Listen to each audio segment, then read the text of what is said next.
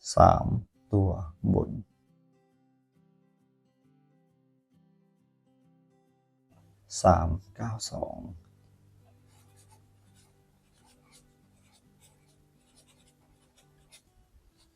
งวดหน้า1 กรกฎาคม 2568ดูเลย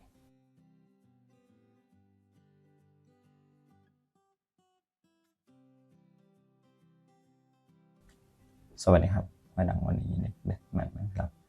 วันนี้มาดูสูตรคำนวณ3ตัวบนครับอันดับแรกเรามาดูสูตรที่คำนวณก่อนครับ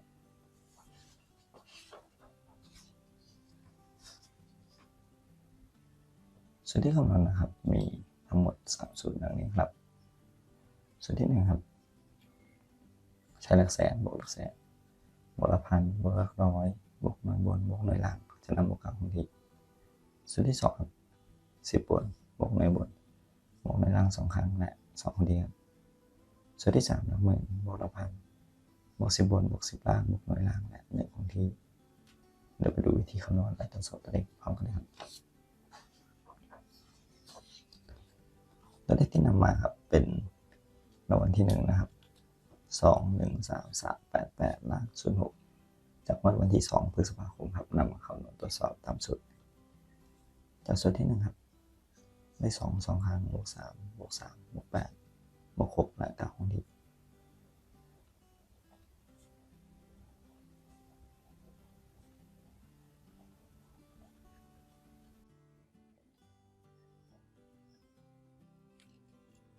รวมเลยครับได้เท่ากับ33ใช้ตัวแทนหลักร้อยเลข3ครับต่อไปสูตรที่2ได้8บวก8 6 2ครั้งและ2คงที่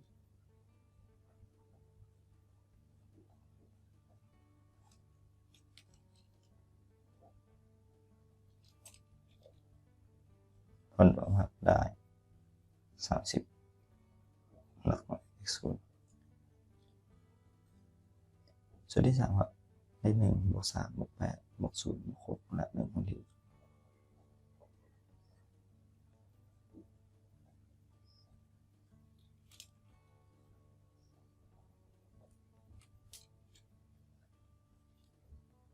รวมครับได้19ตัวแทนเลข9 309งวดต่อมาครับออก309ได้ตรงครับวันที่1ต่อไปครับคำนวณตรวจสอบวันที่2งวดต่อมาครับ2511309ล่าง87จากวันที่16พฤษภาคมและสูตรที่1 2ครั้งบวก1บวก3บวก9บวก7และ9คงที่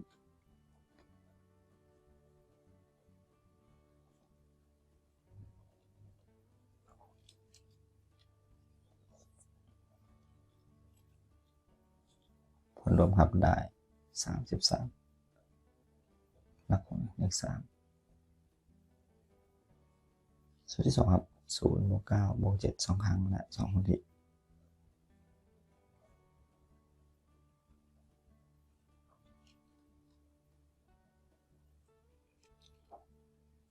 ผลรวมครับได้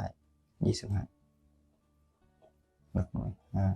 5และสูตรที่3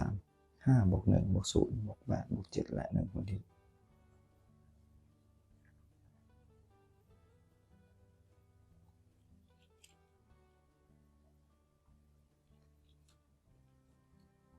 รวมครับได้22ตัวแทนมาเลข2 352เลขออก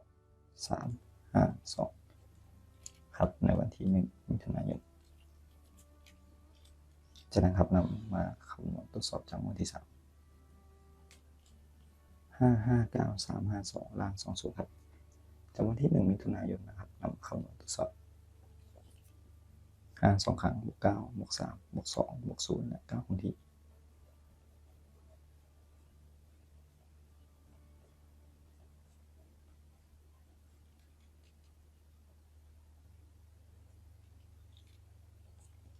ผลรวมครับได้33 ก็ถ่ายเลขหน่วยเลข3ครับส่วนที่2 5 บวก 2ส่วน2 หารและ2ดี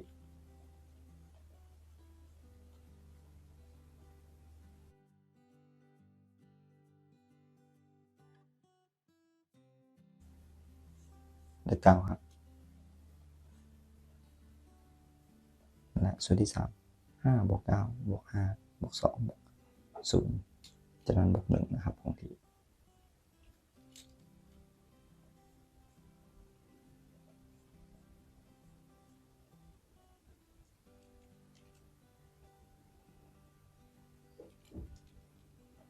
รวมครับ22จะได้เลขหน่วยเลข2เป็น392เลขออก392นะครับในวันที่16 มิถุนายนตรงครับครับเรานำสูตรที่ได้นะครับไปคำนวณต่อไป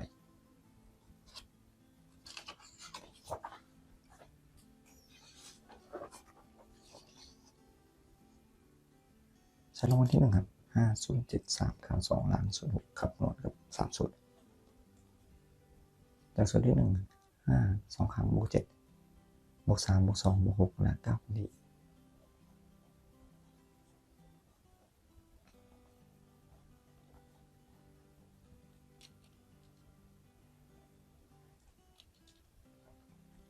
รวมครับได้37หลักคือ7ต่อมาครับ9บวก2บวก6 2 ครั้งบวก2คนที่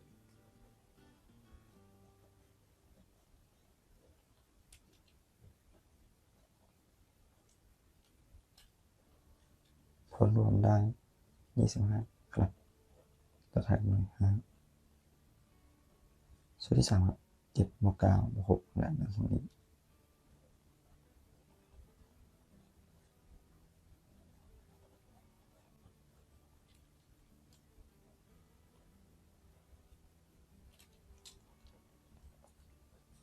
ครับเท่ากับ23หลักหน่วยเลข3 753 753ครับ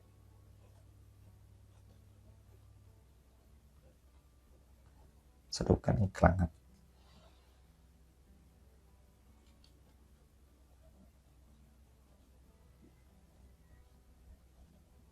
เลข3ตัวตรง753